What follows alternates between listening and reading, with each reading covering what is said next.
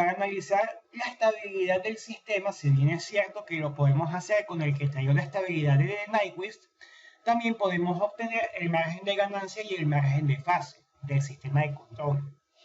En este caso, para obtener el margen de ganancia, tenemos que dibujar un vector que vaya desde el origen del plano complejo hasta el punto de intersección del sistema con el eje real. Es decir, vamos a construir el vector OA y vamos a calcular la magnitud del vector OA. El margen de ganancia va a ser aquella constante que cuando la multipliquemos por la magnitud del vector OA, dicho producto será igual a 1. Es decir, la magnitud del vector OA por GM, que es esa constante que estamos hablando, es igual a 1. Por tanto, GM va a ser de una u otra manera lo que le falte a la magnitud del vector para llegar a 1. Por tanto, el margen de ganancia es igual a 1 entre la norma del vector OA, entre la magnitud del vector OA. Esto es observándolo en el diagrama de Nyquist. En el diagrama de Bode, lo que nosotros tenemos que hacer es lo siguiente. Tenemos que identificar el punto, la frecuencia en donde la fase es igual a menos 180 grados. Y a partir de ahí, tenemos que trazar una línea vertical para poder medir el margen de ganancia, tal cual como ustedes pueden observar en la diapositiva. Para poder calcular el margen de fase, tenemos que intersectar la curva del sistema con la circunferencia de radio unitario. Es decir, la magnitud de la función de transferencia tiene que ser igual a 1. Con esa condición hallamos el valor de la frecuencia deseado y con ese valor de la frecuencia podemos calcular la fase del sistema, que en este caso será igual a phi.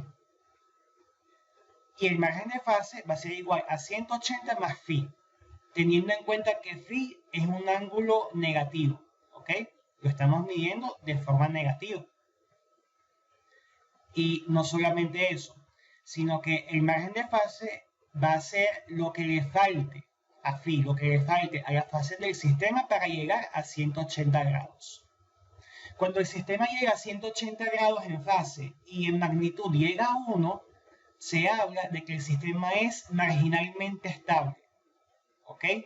Se encuentra en un punto crítico, se encuentra en el límite de estabilidad. ¿Ok? Un poquito más, un poquito menos, el sistema puede ser inestable para cualquier tipo de perturbación. En el diagrama de Bode, ¿cómo podemos calcular ese margen de fase? Pues tenemos que identificar la magnitud del sistema. En el diagrama de Nyquist identificamos que la magnitud es igual a 1, pero en el diagrama de Bode no será igual a 1, será igual a 0 decibeles.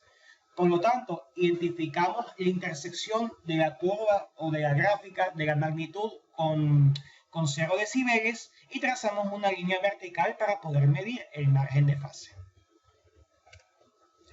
Para sistemas estables se dice que el margen de ganancia y el margen de fase son positivos. Para sistemas inestables se dice que el margen de ganancia y el margen de fase son negativos. Puede existir el caso en donde tengamos un margen de ganancia positivo y un margen de fase negativo, o un margen de fase positivo y un margen de ganancia negativo. En ese caso no podemos hacer nada con el diagrama de Bode. Tenemos que recurrir al criterio de estabilidad de Nyquist para determinar si ese sistema es o no es estable. El margen de ganancia y el margen de fase lo utilizamos en el diagrama de Bode mayoritariamente para observar directamente si ese sistema es estable o es inestable. Si tenemos ese inconveniente con los signos, es decir, que un margen es positivo, un margen es negativo, tenemos que recurrir al diagrama de Nyquist.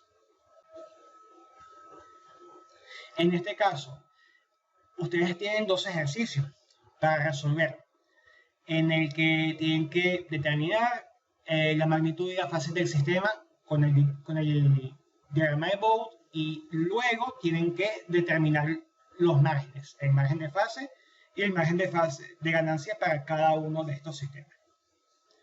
Los espero en el siguiente video.